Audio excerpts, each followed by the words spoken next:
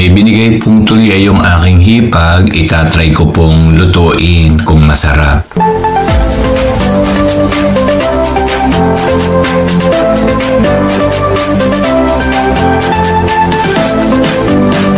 Magandang araw po sa ating lahat. Buhay po tayo. Itong pong araw na ito ay hindi po muna ako mag-garden. Ayos pa naman po ang aking mga halaman. Nadiligan ko na po. Nakapagwalis-walis na. Pagdini po sa garden ay medyo mainit po. Kumusta na po ang inyong mga halaman? Kumusta rin po ang inyong mga niluluto sa tanghalian? Siguro po mas masarap po sa aking niluluto. Ano man po ang ating niluto, basta po niluto po natin ng masaya at tayo po ay maligaya at ini-enjoy po natin ang pagluluto, mas lalo po siyang sumasarap at mas lalo pong marami po ang gustong kumain ng ating pong niluto. Nung tulya, yan, masarap na tulya, bigay po ng aking hipag ay iluluto ko po. Yan, papakita ko po sa inyo mamaya pagluto na po. O yan po ang niluluto kong tulya. Nilagyan ko po ng kangkong galing po sa garden. Ito pong tulya ay bigay po nung aking pong hipag. Ayan, inayos ko lang po ng kaunti para medyo maganda-ganda po ng kaunti at sarap-sarap. O tama po ba itong aking pagluluto ng tulya?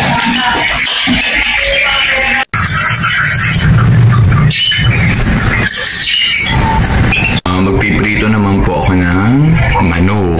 Yan naman po ang sunod kong lulutuin. Nagpiprito naman po ako ng manok. Yan, medyo masarap-sarap po ang kain namin ngayong araw na ito. Prito pong manok. Ayan po ay bigay naman po ng aking hipag na si Divine. Yan po. Yan po ang piniprito kong manok. Yan, salamat po sa nagbigay ang aking pong hipag na si Vine. Luluto naman po ako ng ginataang kalabasa. Yan naman po ang sunod. Yan, nalagyan ko na po ng gata. Yan, nakakaaliw po ang magluto.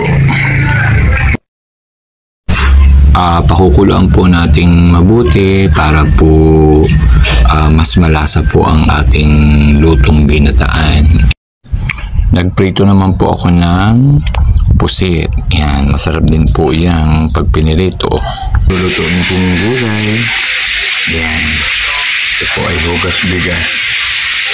Yan. Mamaya po, after po na maluto ko po aring piniprito ko pong ulam, yan naman po ang kasunod. Ito pong ulam na pusit ay akin pong isasama naman sa gulay.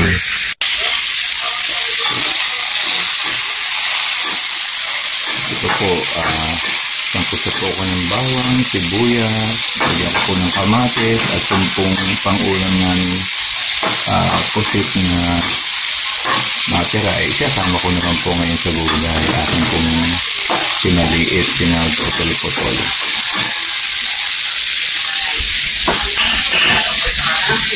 Ko ng ampalaya at saka may nakita po kong okra sa garden. Ari po yung ampalaya sa aking tabing bakod.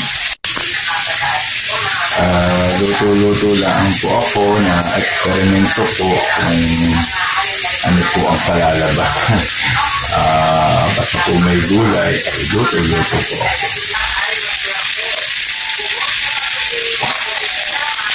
Nilagyan ko po ng talong at kaunti pong hugas bigas. Kaunti lang po kung maglagay ng tubig pag ako po ay ng tubig na hugas bigas pag po ako nagluluto ng gulay.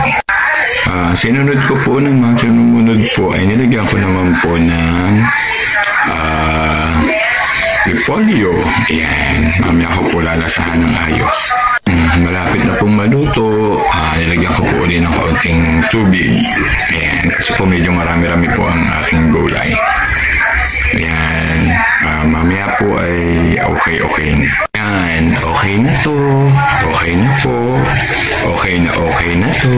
Luto na po. Ayan, kakain na ulit. Ito naman po ulit ang niluto ko. Gulay na may pusit. Yung puntirang pusit na hindi kinain namin nung gabi. Ito po. ang lulutuin, adobong atay.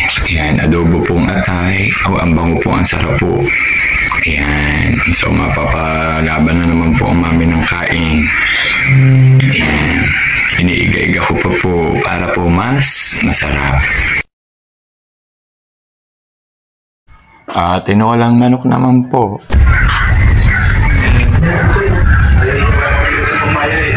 Ito po ako ng ulam. Yan. Mamaya naman po ay yung gulay po na ampalaya.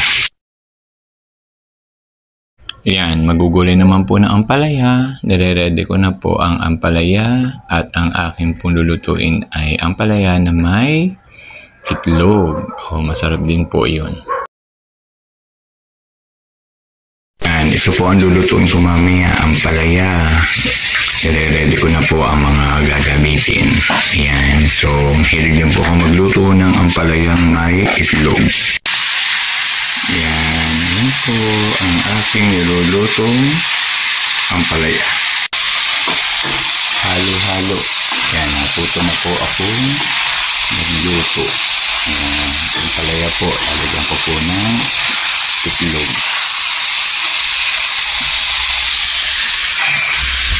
Yan, nilagyan ko na po ng itlog. Ayan. Paluto na po. Kain na po tayo ng aking nilutong ampalayang may itlog. Yan, masarap po yan. Luto naman po tayo ng sinigang namang hipon. Yan, masarap din po yan. Isa pa rin po yan sa paborito kong pang-ulam. Sinigang na hipon naman po ang aking niluluto. Ito po ang iba pang pandaho. Yung po ang hipon. Sinigang na hipon na maasim-asim. Halo-halo ng konti. Tama po ba ang aking pagluluto?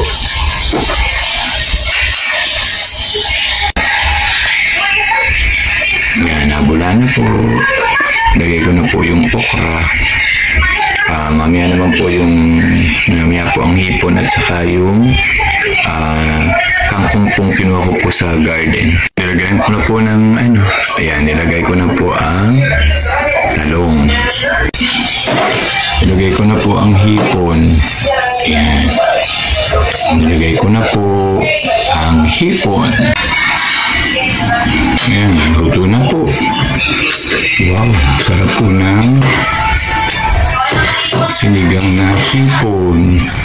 Ayan, sarap na po umigop ng sabaw. Tama na po ang aking pagluluto. Pa-approve naman po. Ang tama. Ayan. Okay na po. Okay na to. Ayan, pinirat ko po yung sili kong kinuha. Nahugasan ko na po. Kain po tayo, sinigang na hipon, tapos meron pa pong kasamang pansit. Ito naman po ang aking niluluto. Yan, mamaya ay ipiprito. Yan, may kasamang talong, ipiprito ng talong. Kain po tayo. Ayan, okay na to, okay na tong kain ito. Ito po ang tanim kong kalabasa. Ayan, dami pong bunga. Ang isa po ay igugulay ko na. Ayan po, lalagay ko po mamaya sa lulutuin kong bulan lang. Ang laki na po. Nakatuwa po. Ayan. Yung po, ang laki. Ayan, ang tanim ko pong kalabasa sa bakod. Ito po ang nakuha kong kalabasa po sa bakod. Ay akin po ngayon gugulayin. Ayan, meron ko pong bulan lang. Yan, magbubulang lang po ako. Kumuha po ako ng malunggay po doon sa garden. Po ang niluto ko for today. Nagprito po ako ng sinaing na tambakol at meron po akong binili kami po nung mag-grocery na pusit. Yung pong tuyong pusit, akin pong ipinarito. Naman po, yung akin pong kalabasa ang kinuha ko doon sa bakod. Yan. Mapapakain na naman po ang mami ng masarap na masarap.